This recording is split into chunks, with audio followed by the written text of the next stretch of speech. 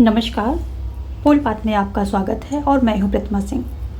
आज फिर हम कुछ प्रश्नों की प्रैक्टिस करेंगे और ये प्रैक्टिस वीडियो मैं डेली अपलोड करती हूं। यदि आप चैनल पर नए हैं तो चैनल को सब्सक्राइब कर लें तथा बेल आइकन को भी प्रेस कर लें ताकि मेरी सारी वीडियोज़ की नोटिफिकेशन आपको टाइम पर मिलती रहें।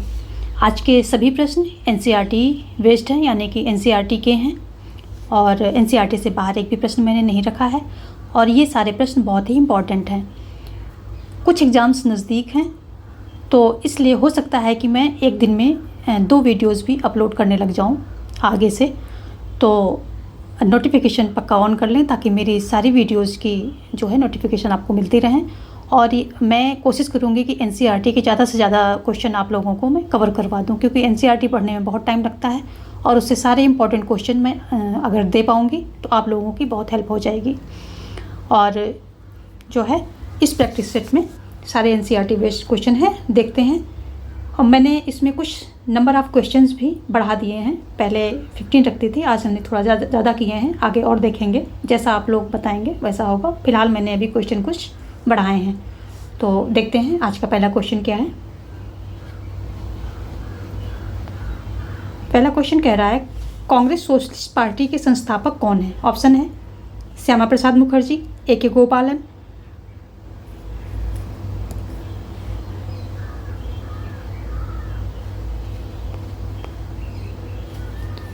श्यामा प्रकाश मुखर्जी, A.K. गोपालन और बलराज मधोक और आचार्य नरेंद्र देव। ऑप्शन फिर से देख लेते हैं, श्यामा प्रसाद मुखर्जी, A.K. गोपालन, बलराज मधोक और आचार्य नरेंद्र देव। आपको बताना है कांग्रेस सोशलिस्ट पार्टी के संस्थापक कौन है। ऑप्शन डी आपका सही हो जाएगा। आचार्य नरेंद्र देव जो हैं ये कांग्रेस सोशलिस्ट पार्टी के संस्थापक हैं। तो देखते हैं आगे। दूसरा क्वेश्चन कह रहा है, नीति आयोग कब अस्तित्व में आई? तो ऑप्शन है आपके सामने, 1 जनवरी 2014, बी है 31 जनवरी 1915, सी है 1 अप्रैल 1914 और डी है 1 जनवरी 1915। एक्चुअली यहाँ पर ये ऑप्शन ही गलत दिया गया है। यहाँ पर ये ऑप्शन गलत दिया गया है क्योंकि जब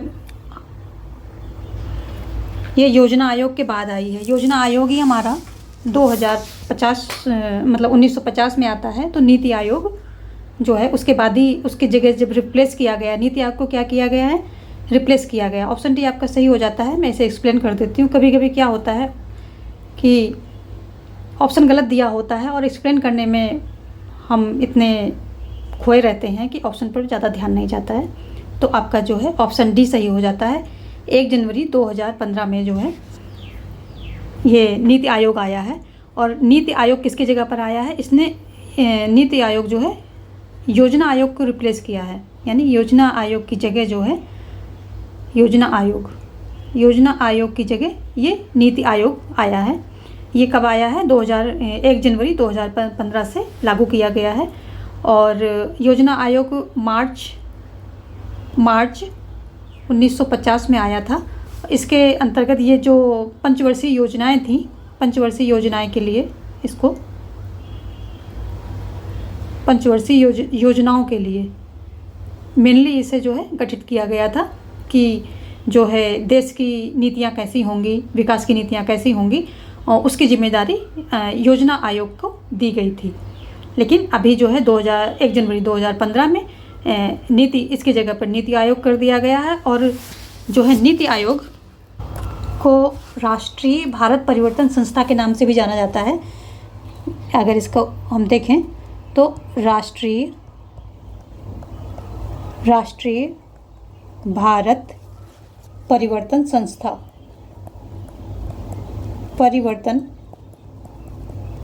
संस्था इसके नाम से भी जाना जाता है। और ये 1 जनवरी 2015 में आती है।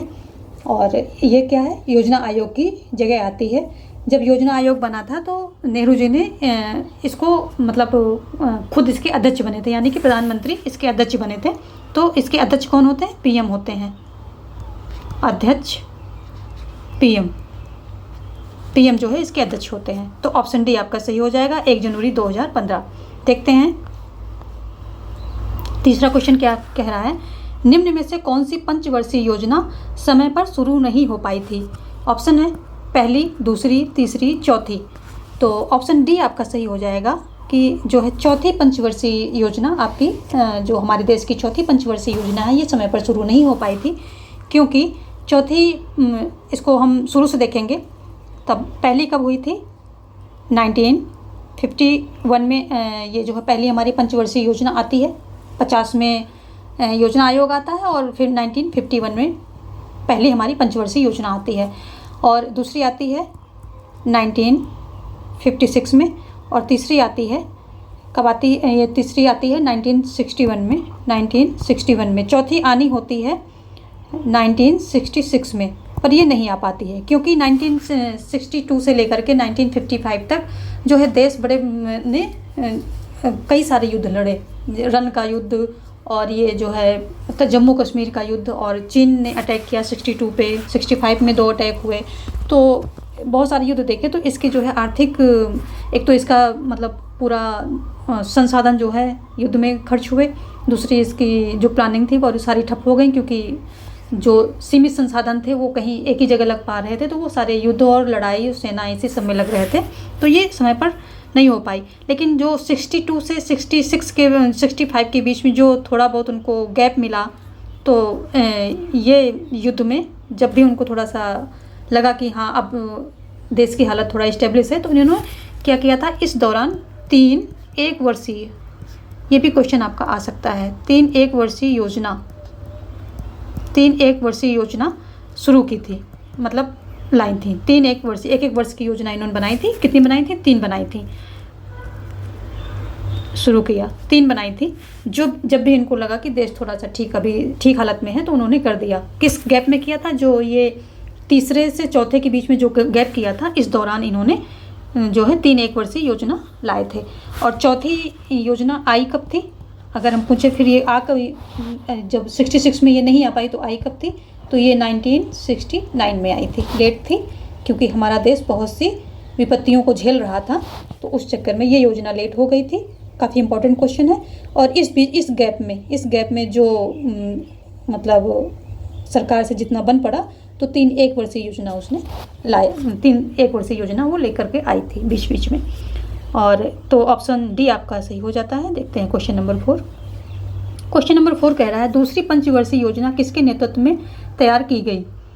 ऑप्शन है आपके सामने, के एन राज, यहाँ पर के एन राज होगा, के एन राज, जेसी कुमारप्पा, यहाँ देख लेते हैं कुमारप्पा, या पीसी महालनोबिस, या मेनन।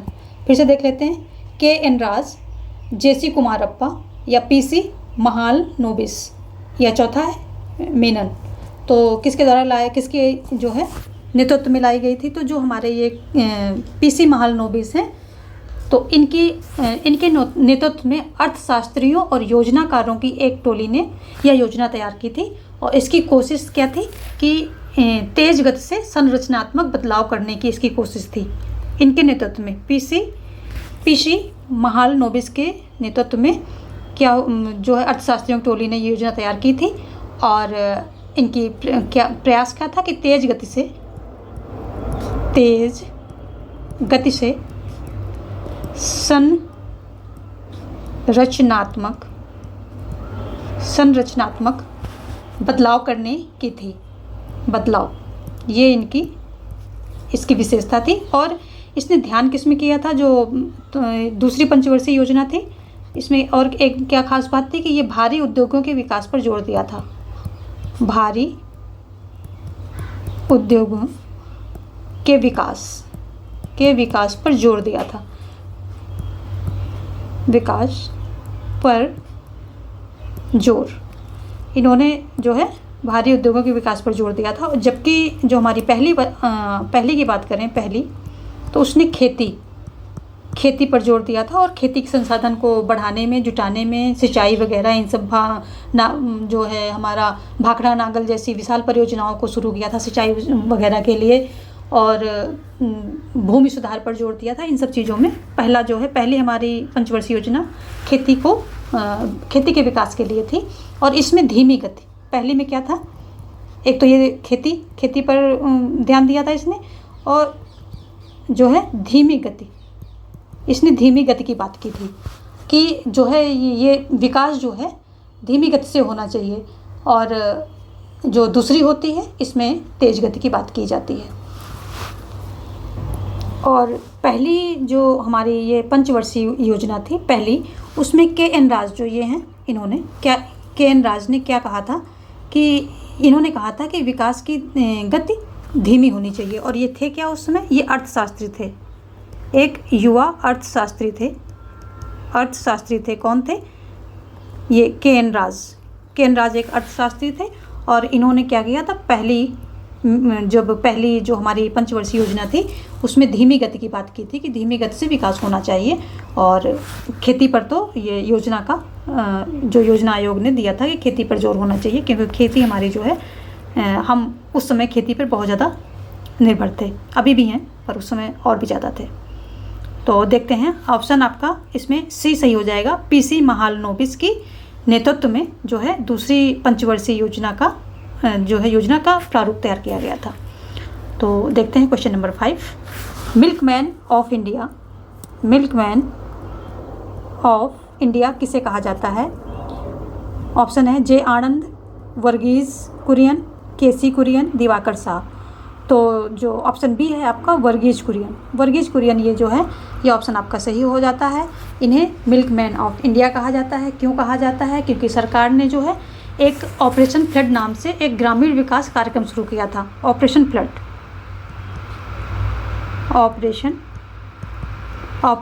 के नाम से ये ग्रामीण विकास कार्यक्रम शुरू किया था, और इसमें और भी सारे बहुत सारे कार्यक्रम थे, पर एक डेयरी कार्यक्रम भी था।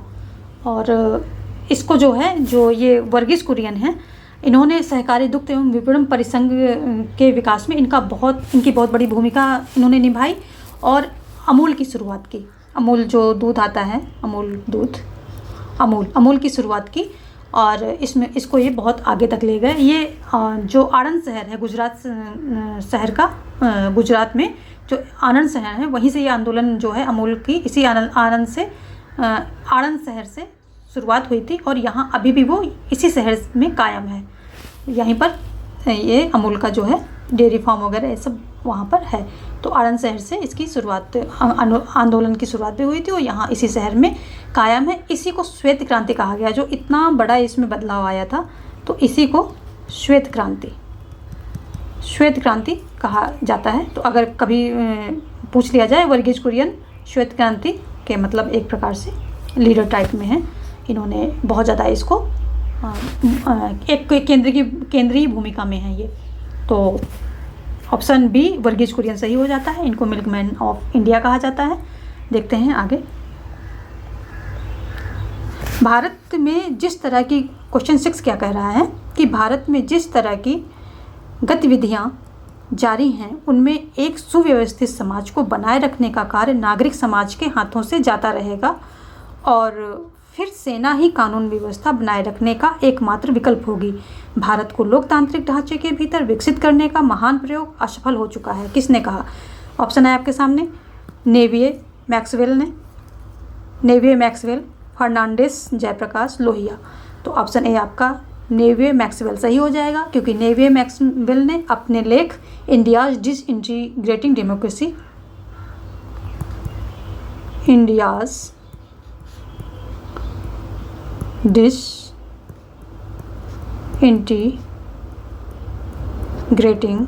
डिसइंटीग्रेटिंग डेमोक्रेसी, ये इनका लेख था। किसका था? नेवी मैक्सवेल का। और इस लेख को, ये लेख किसमें? टाइम्स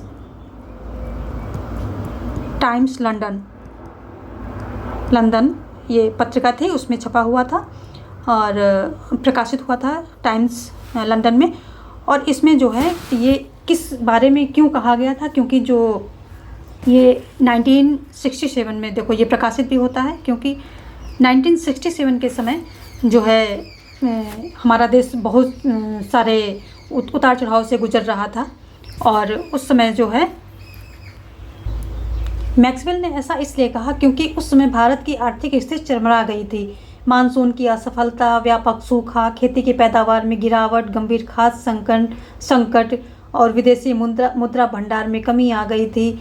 औद्योगिक उत्पादन और निर्यात में गिरावट आ गई थी क्योंकि देश ने क्या किए थे, 2-3 युद्ध को देखा था और उसका जो है सारा जो है सैन्य मद में सारे खर्चे जो है उसके सैन्य की जो ताकत बढ़ाने में लगाना पड़ रहा था और इस वजह से ये सब चीज़ें बाकी जगह सरकार ध्यान नहीं दे पा रही थी क्योंकि न्यूली इंडिपेंडेंट हमारा जो देश इतना संसाधन उसके पास नहीं थे कि वो एक साथ इतनी सारी चीज़ें देख पाए। और इन सब की वजह से फिर उस समय क्या हुआ, रुपयों का अवमूल्यन भी हुआ। ऐसा माना गया कि रुपयों का अवमूल्यन अमेरिका के दबाव में किया गया। जो 1 रुपये की कीमत पहले 5 रुपये थी वो बढ़कर के जब अवमूल्यन हुआ, इसका अवमूल्यन में 7 रुपये कर दी गई, यानी कि 1 रुपये की अमेरिकी डॉलर 1 रुपया इंडियन डॉलर 7 रुपये के बराबर हो गया। तो ये सब जब उथल पुथल मची हुई थी तो पूरे विश्व की निगाहें जो हैं क्या भारत पर लगी हुई थी कि इसने जो है लोकतांत्रिक उसकी व्यवस्था की है, ढांचे को अपने देश में लगाने की कोशिश किया, विकसित करने का महान प्रयोग किया है। वो अब मतलब दिख नहीं रहा कि ऐसा कुछ वहाँ पर चल पाएगा क्योंकि जिस तरह से स्थित हैं, हड़ताल दंगे वहाँ पर हर रोज़ होते थे, किसानों के दंगे, ये सब चीज़ें बहुत ज़्यादा हो रही थी। तो इसी पर इन्होंने मैक्सवेल ने ये जो है कथन कहा था। तो इसके पीछे की स्टोरी भी पता होनी चाहिए तो चीज़ें जो है फिक्स हो जाती हैं। ऑप्शन आपका नेवियर मैक्सवेल हो गया। ऑप्शन देखते हैं, ऑप्शन ए सही हो गया। आगे देखते हैं 7 क्या कह रहा है, गैर कांग्रेसवाद की नीति किसने अपनाई। ऑप्शन है जयप्रकाश नारायण ने, श्यामा प्रसाद मुखर्जी ने, लोहिया ने या आचार्य नरेंद्र देव ने। तो जो ये राम मनोहर लोहिया हैं, इन्होंने जो है गैर कांग्रेसवाद की नीति अपनाई थी क्योंकि ये इनका क्या मानना था कि ये मानते थे कि कांग्रेस जो है लोकतांत्रिक तरीके से शासन नहीं कर पा रही है और हमारे जो हैं, हम जितने विपक्षी दल हैं ये सब विभाजित हैं, अलग अलग हैं और हमारे वोट जो हैं बढ़ जाते हैं, इसीलिए कांग्रेस सत्तासीन है। इसलिए हमें जितने भी गैर कांग्रेसी जो दल हैं उनको एक साथ आना चाहिए और एक साथ आकर के एकजुट होकर के चुनाव लड़ना चाहिए, तभी हम इस कांग्रेस को सत्ता से हटा सकेंगे और देश में लोकतंत्र फिर से स्थापित होगा। क्योंकि ऐसा लग रहा है, उनको ऐसा लग रहा था कि लोकतांत्रिक तरीके से कांग्रेस शासन नहीं कर रही है। तो गैर कांग्रेसी जो गैर कांग्रेसवाद या जो गैर कांग्रेसवाद की नीति है ये लोहिया द्वारा अपनाई गई थी। देखते हैं ऑप्शन सी आपका सही होता है। देखते हैं अगला क्वेश्चन। अगला क्वेश्चन क्या कह रहा है, किस चुनावी परिणामों को राजनीतिक भूकंप की संज्ञा दी गई। तो कौन से जो चुनावी परिणाम थे जिन्हें राजनीतिक भूकंप की संज्ञा दी गई, 1971, 1977, 1967 और 1962।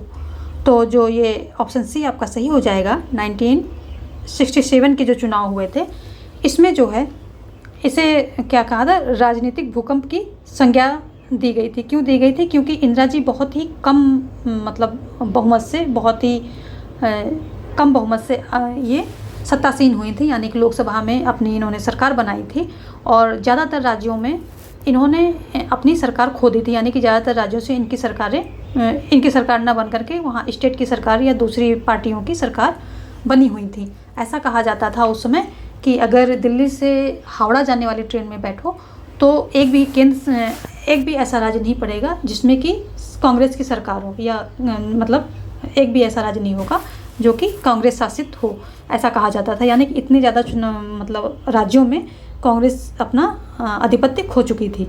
तो और ये बिल्कुल अनएक्सपेक्टेड था, इसके पहले ऐसा कभी नहीं हुआ था। तो इतनी ज़्यादा कांग्रेस को मतलब एक प्रकार से हार के बराबर हो गया था उसके लिए, क्योंकि इतने कम वोट से वो कभी नहीं जीती थी, हमेशा उसको अच्छे से बहुमत में आती थी लोकसभा में और राज्यों में भी उसकी सरकार थी। ये पहला मौका था कि जब उसको ऐसे मुँह खानी पड़ी। हालांकि उसने सरकार तो बनाई बट मुँह खानी पड़ी। तो इसी को क्योंकि इतना रिजल्ट जो है उल्टा आ गया था कि तो जो ये चुनावी परिणामों के पर्यवेक्षक थे, उन्होंने इसे राजनीतिक भूकंप की संज्ञा दी थी।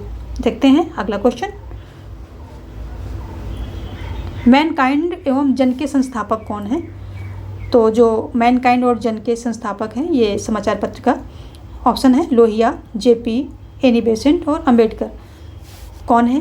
तो ऑप्शन ए आपका सही हो जाएगा। लोहिया जो हैं ये मैनकाइंड एवं जन इसके संस्थापक हैं और संपादक भी हैं। दोनों चीज़ें इन्होंने खुद संभाली थी। इसके संस्थापक भी थे और संपादक भी थे। और इनको जो है गैर कांग्रेसवाद का रणनीतिकार भी कहा जाता है। इन्होंने ही गैर कांग्रेसवाद का विचार दिया था कि जितने गैर कांग्रेसी वो इकट्ठा हो जाएं। और ये ओबीसी के आरक्षण की वकालत करते हैं और अंग्रेजी का विरोध करते थे। नेहरू के खिलाफ इन्होंने ही मोर्चा खोला था। तो राम मनोहर लोहिया मैनकाइंड एवं जो है जन के संस्थापक और संपादक दोनों रहे हैं। संस्थापक भी हैं और संपादक की बात करें तो संपादित भी पत्रिका को यही करते थे। ऑप्शन ए आपका सही हो जाता है। देखते हैं क्वेश्चन नंबर 10।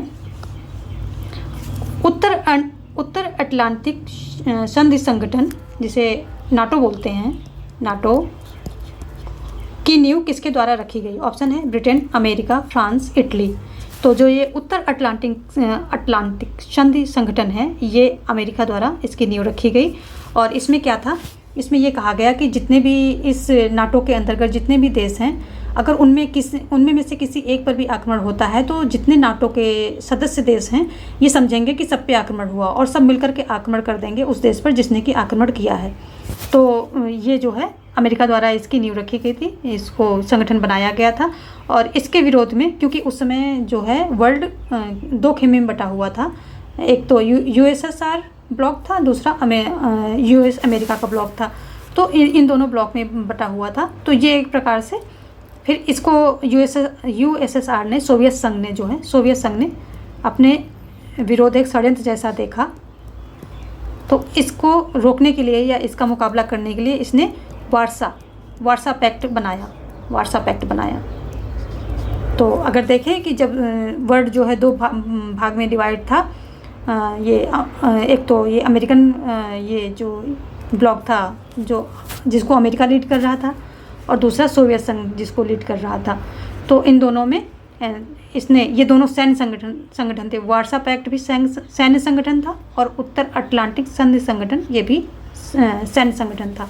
तो इन दोनों ने ये दोनों जो है संगठन बनाए थे। अमेरिका द्वारा ये बनाया गया था और सोवियत द्वारा ये बनाया गया था। ऑप्शन बी आपका सही हो जाता है। चलते हैं क्वेश्चन नंबर 11 की ओर। एफ्रो एशियाई सम्मेलन 1955 को किस नाम से जाना जाता है? जो एफ्रो एशियाई संगठन है ये इसको और किस नाम से जाना जाता है? तो ऑप्शन है आपके सामने बेलग्रेड सम्मेलन, बॉन्डुंग सम्मेलन, अफ्रीकी सम्मेलन और एशियाई सम्मेलन।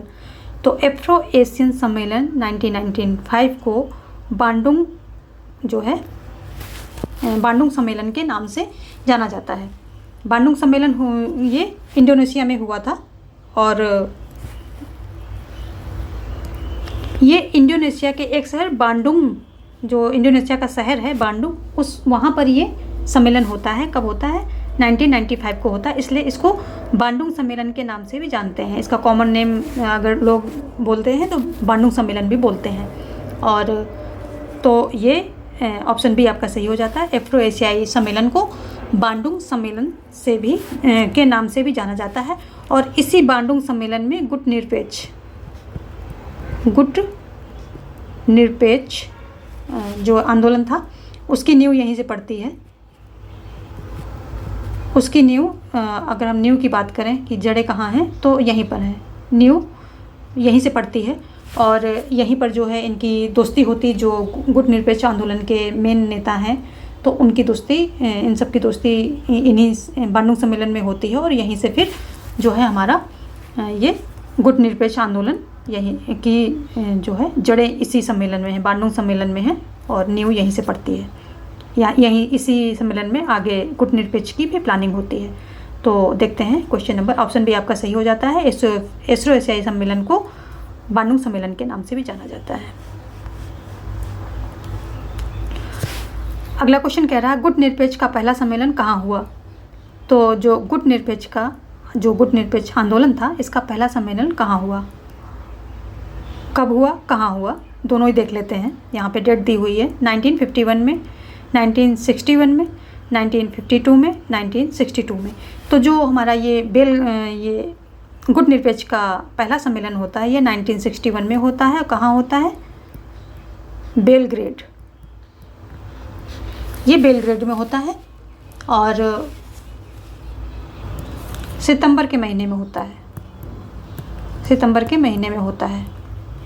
तो ऑप्शन बी हमारा सही हो जाएगा। गुट निरपेक्ष आंदोलन का पहला सम्मेलन जो है 1961 में बेलग्रेड में हुआ था।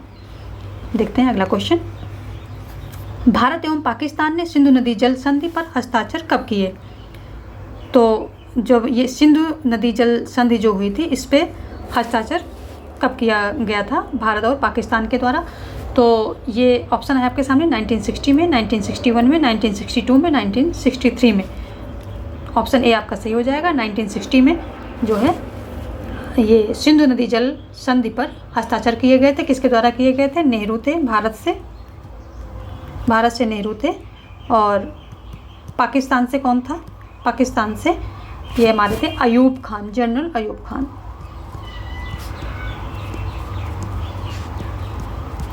अयूब खान थे पाकिस्तान से और ये 1960 में इसमें जो है किया जाता है।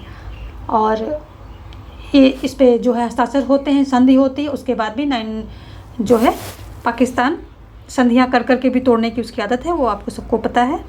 और देखते हैं 14 क्वेश्चन। गुजरात के कच्छ इलाके के रन में पाकिस्तान ने कब हमला बोला?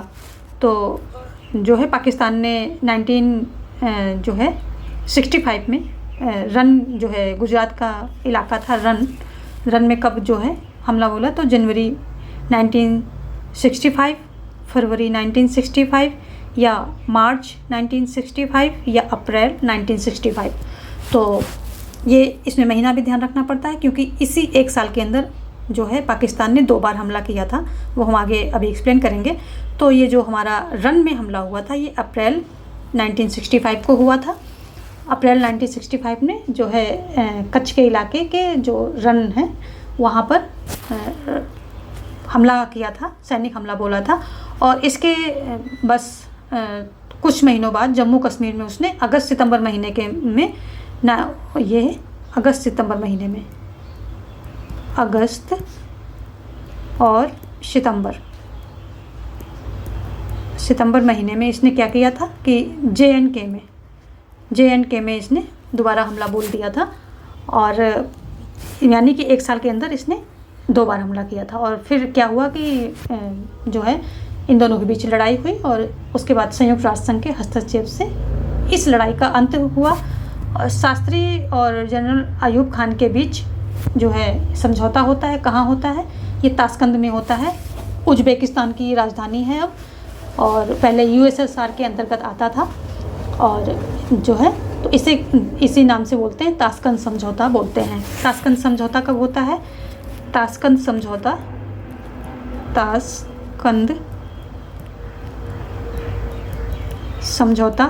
1966 में होता है।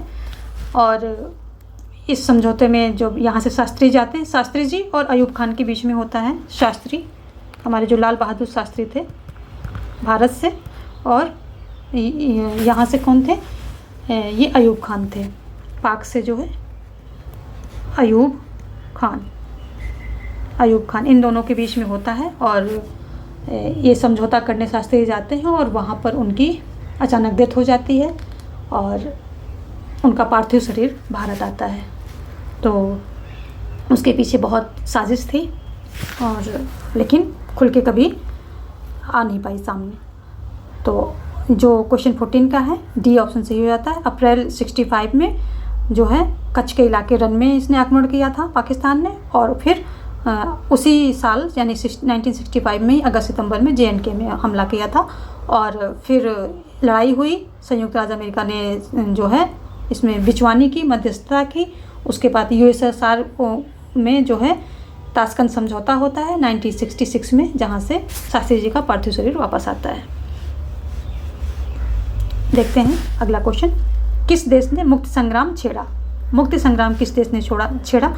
तो जो है ये ऑप्शन है आपके सामने, भारत, पाकिस्तान, बांग्लादेश, वर्मा।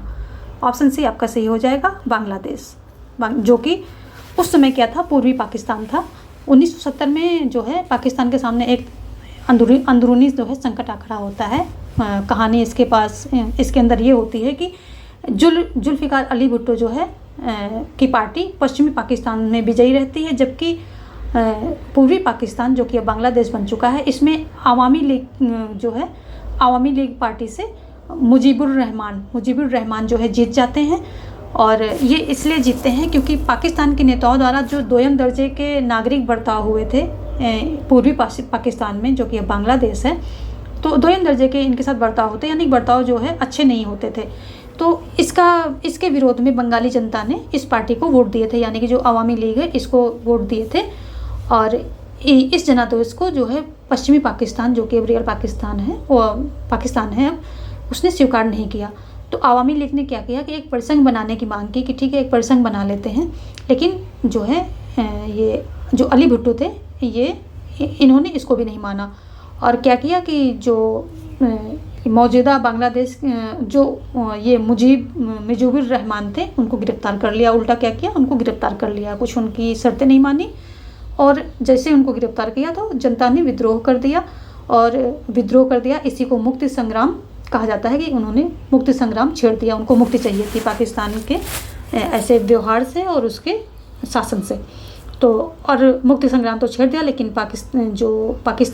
पश्चिमी पाकिस्तान है उसकी सेना ने बहुत ही जुल्म ढाए पूर्वी पाकिस्तान के नागरिकों पर, औरतों पर बहुत ही गंदे जुल्म किए इन्होंने।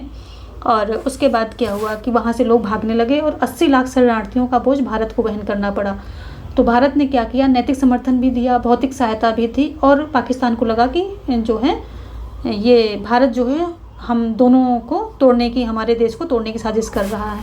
तो इसी बात पर फिर है आगे इनके बीच युद्ध भी होता है, वो हम जो है युद्ध होता है हमारा 1971 का युद्ध होता है, तो वो इसी चक्कर में होता है। तो इसमें फ़िलहाल मुक्ति संग्राम किसने छोड़ा, तो बांग्लादेश ने छोड़ा। उसके पीछे कहानी मैंने बता दी ताकि आपको चीज़ें रिलेट करने में, फिक्स करने में आसानी रहे, इसलिए। देखते हैं क्वेश्चन नंबर 16। जो भी मैं एक्सप्लेन कर रही हूँ सारा कुछ एनसीईआरटी का है, एनसीईआरटी से बाहर का कुछ भी नहीं है। तो अगर आपको जो भी फैक्ट नया लगता है, जो कुछ भी आपको लगता है कि नहीं आपके मतलब का है, आपके लिए नई चीज़ है, वो आप नोट डाउन कर सकते हैं। सब कुछ एनसीईआरटी में दिया है और कहीं से कोई भी क्वेश्चन बना करके पूछ सकता है, आयोग क्वेश्चन डाल सकता है, इसलिए मैं थोड़ी थोड़ी स्टोरी भी बताती रहती हूँ और एनसीईआरटी के जो बाकी फैक्ट हैं उनको भी देने की कोशिश करती हूँ। तो अगला क्वेश्चन कह रहा है, सोवियत संघ और भारत के मध्य मित्रता की 20 वर्षीय संधि पर हस्ताक्षर कब हुए? ऑप्शन है 1972 में, 1973 में, 1974 में, 1971 में। तो ये जो हस्ताक्षर हैं ये ऑप्शन 1971 में होते हैं, तो ऑप्शन डी आपका सही हो जाएगा, क्योंकि 1971 में क्या हुआ, अमेरिका, चीन और ये पाकिस्तान, इसके बीच एक धुरी बनती सी दिखी। तो इंदिरा गांधी ने सोचा अगर, क्योंकि हालात उस समय बिगड़े हुए थे, बांग्लादेश को वो सपोर्ट कर रहा था इंडिया, तो पाकिस्तान उससे चिढ़ा हुआ था। तो इंदिरा जी को लगा अगर युद्ध की स्थिति बनती है, कोई आक्रमण होता है, तो ये तीनों एकजुट रहेंगे, तो हमें भी कोई साथी चाहिए जो कि हमारे साथ सपोर्ट में खड़ा हो सके। तो इसने क्या किया था, उस समय जो यूएसएसआर है उससे इसने 20 वर्षीय ये जो है 20 वर्षीय संधि पर हस्ताक्षर किए थे, और इससे भरोसा लिया था कि जब भी अगर कोई ऐसा हमला वगैरह होता है तो आप हमारी मदद करेंगे। तो सोवियत संघ ने ये भरोसा दिया था कि हम भारत की वो मदद करेगा।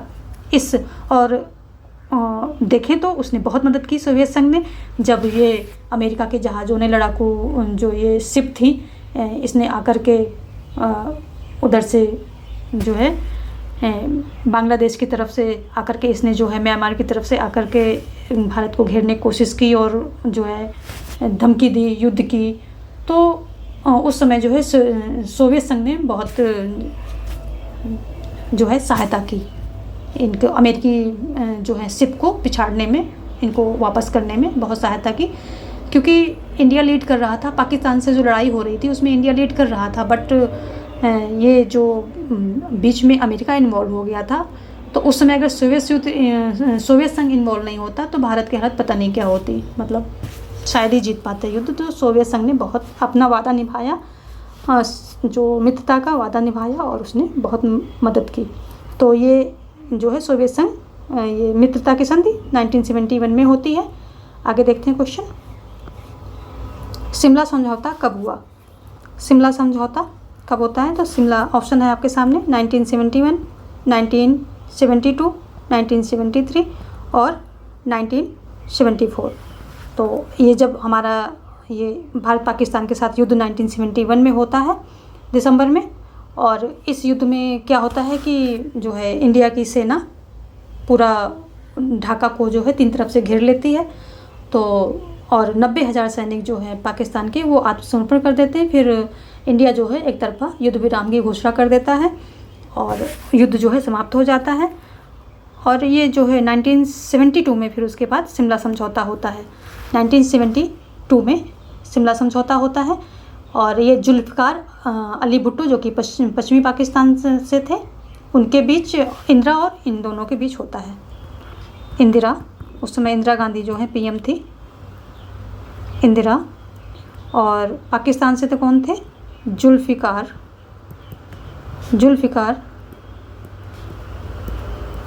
अली भुट्टो के जो है साथ होता है। और तो इसका ऑप्शन बी सही हो जाता है। शिमला समझौता 1972 में इंदिरा और जो अली भुट्टो के बीच में होता है।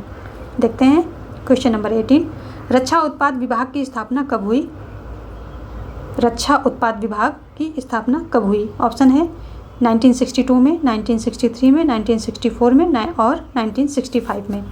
तो जो ये रक्षा उत्पाद विभाग है इसकी स्थापना होती है 1962 में। 1962 में क्या है, भारत जो है पहले ज़्यादा औजारों पे, सैनिकों पे और इसमें सैन्य मद में जो है ज़्यादा खर्च नहीं करना चाहता था, क्योंकि वो अपने जो है देश की गरीबी को मतलब मिटाना चाहता था और डेवलपमेंट करना चाहता था देश का। तो इसलिए इन सब चीज़ों पर ध्यान नहीं दिया। लेकिन जैसे ही 1962 में भारत को मुँह की खानी पड़ी, चीन ने उसको बुरी तरह से पिछाड़ा, यहाँ आसाम के जो मैदानी क्षेत्रों तक भी वो पहुँच गया था। और फिर जो है नेहरू को ब्रिटेन और अमेरिका दोनों से मदद की गुहार लगानी पड़ी। ऐसे में विश्व पटल पे भारत की जो है इज्जत बहुत धूमिल हुई, उसकी छवि बहुत ही ज़्यादा धूमिल होती है। युद्ध के बाद जो है वो युद्ध तो चलो इन लोगों ने, अमेरिका ने और ये ब्रिटेन ने मिल करके उसको रफा दफा किया, बंद करवाया। लेकिन उस युद्ध के बाद जो है कई नेताओं ने, मतलब जो अधिकारी थे उन्होंने इस्तीफ़ा दे दिया, कई छुट्टी लेके घर में बैठ गए। मेनन जो थे रक्षा मंत्री थे उन्होंने इस्तीफ़ा दे दिया। लोकसभा में नेहरू की सरकार के मतलब के सामने के लिए पहली बार लोकसभा में अविश्वास प्रस्ताव लाया गया, इस पे बहस हुई, मतलब बहुत सारा हुआ, क्योंकि उस समय इंडिया की छवि बहुत धूमिल हुई। तो जब देखा कि सैन्य क्यों हुआ, क्योंकि सैन्य जो है शक्ति पर कोई विशेष ध्यान दिया नहीं गया था, इस वजह से ऐसा हुआ, हमें मुँह की खानी पड़ी थी। तो 1962 में रक्षा उत्पाद जैसे युद्ध से ख़त्म हुआ है, तो रक्षा उत्पाद का इन्होंने जो है विभाग, रक्षा उत्पाद विभाग का इन्होंने स्थापना की 1962 में। और अगेन 1965 में, ये 1965 में क्या करते हैं, रक्षा आपूर्ति विभाग इसकी स्थापना करते हैं, क्योंकि 1965 में भी 2 बार भारत ने युद्ध का सामना किया पाकिस्तान के द्वारा। तो मतलब बहुत ज़्यादा जो है सैन्य शक्ति पर ध्यान दिया गया, क्योंकि जो हमारे अड़ोसी पड़ोसी देश थे इनको सुकून से न रहना था, न रहने देना था। तो हमें ज़बरदस्ती अपनी विकास की नीतियों को छोड़ करके और जो है सैन्य की नीतियों को, सैन्य शक्ति को बढ़ाना पड़ा। तो 1962 आपका सही ऑप्शन हो जाता है। दूसरा ऑप्शन एक ये भी आपका क्वेश्चन बनेगा। 1965 में रक्षा आपूर्ति विभाग की स्थापना होती है, एनसीईआरटी में दिया गया है। क्वेश्चन नंबर 19, भारत रत्न से सम्मानित पहले भारतीय कौन थे? जिनको भारत रत्न से सम्मानित किया गया, ऐसे पहले भारतीय कौन थे? ऑप्शन है राजगोपालचारी, सी, आप इनके सामने सी लगा सकते हैं, सी राजगोपालचारी, राम मनोहर लोहिया, आचार्य नरेंद्र देव और श्यामा प्रसाद मुखर्जी। तो इनमें कौन सा ऑप्शन सही है? तो ऑप्शन जो है आपका ए सही हो जाएगा। जो सी राजगोपालाचारी थे, इनको जो है पहले भारतीय थे जिनको जो है भारतीय रत्न से सम्मानित किया गया था। और इनको, और ये क्या थे? पहले भारतीय गवर्नर जनरल, ये पहले भारतीय गवर्नर जनरल भी रहे हैं। और जो है इनको भारत रत्न से सम्मानित किया गया था, ये क्योंकि ये पहले भारतीय थे जिन्हें भारत रत्न से सम्मानित किया गया था। और ये आज़ादी के बाद बने जो अंतरिम सरकार बनी थी, यानी कि चुनाव के पहले जो एक टेम्परेरी सरकार बनी थी देश को चलाने के लिए, उसे टेम्परेरी सरकार को अंतरिम सरकार बोलते हैं। तो इस सरकार में क्या हुआ था, ये इसमें मंत्री रहे, बाद में मद्रास के मुख्यमंत्री रहे। जब चुनाव के बाद ये मद्रास के मुख्यमंत्री बनते हैं और स्वतंत्रता पार्टी के संस्थापक भी हैं। इन्होंने क्या किया था? स्वतंत्रता पार्टी का स्थापना भी की थी। कब की थी? 1959 में की थी। 1959 में की थी। ये मैंने अपने दूसरे उसमें करा रखा है प्रैक्टिस में, फिर भी थोड़ा सा बता देते हैं कि ये पार्टी जो है, ये पार्टी किसके, जो धनिक लोग हैं उनके समर्थन में थी। कहती थी कि मार्केट को खुली छूट दे दो, और जो मतलब जो कराधान अमीरों से लेकर के गरीबों में खर्च करती है सरकार, कराधान लगा करके, कर लगा करके, वो कहती थी ऐसा नहीं होना चाहिए। कराधान के विरोध करती थी और लोगों को खुली छूट देती थी। राज्य की हस्तक्षेप की नीति का समर्थन करती थी, यानी कि जो आर्थिक जो अर्थव्यवस्था है उसमें राज्य हस्तक्षेप न करे, लोगों को पूरी छूट होनी चाहिए कि वो अपने हिसाब से मतलब मार्केट में उतरें और अपना काम करें जिसकी जैसी क्षमता है। और क्या कहती थी ये कि जो है लोगों, ये जो ज़मीन सुधार और हदबंदी, यानी कि ज़मीन में कितनी ज़मीन किसको रखनी चाहिए, इतनी ही ज़मीन रख सकता है, एक हद जो सरकार कर रही थी, इन सब चीज़ों के विरोध में थी। तो एक प्रकार से ये बड़े लोगों की पार्टी थी। इस पार्टी से जो धनिक लोग थे वही जुड़े हुए थे। और आपका ऑप्शन जो है ए सही हो जाता। सी राजगोपालाचारी जो है पहले भारतीय थे जिन्हें भारत रत्न से सम्मानित किया गया है। और ये पहले भारतीय गवर्नर जनरल भी हैं, स्वतंत्रता पार्टी के संस्थापक भी हैं। देखते हैं अगला क्वेश्चन। ओके, ये पोस्को प्लांट कहाँ लगाया गया था, ये इसमें पूछ रहा है। तो ये ऑप्शन यहाँ पर हमने शायद कहीं पर करा रखा है, फिर भी देख लेते हैं आगे आए तो। ये भुवनेश्वर में लगाया गया था। इसके ऑप्शन है मद्रास, भुवनेश्वर, पश्चिम बंगाल, कर्नाटका।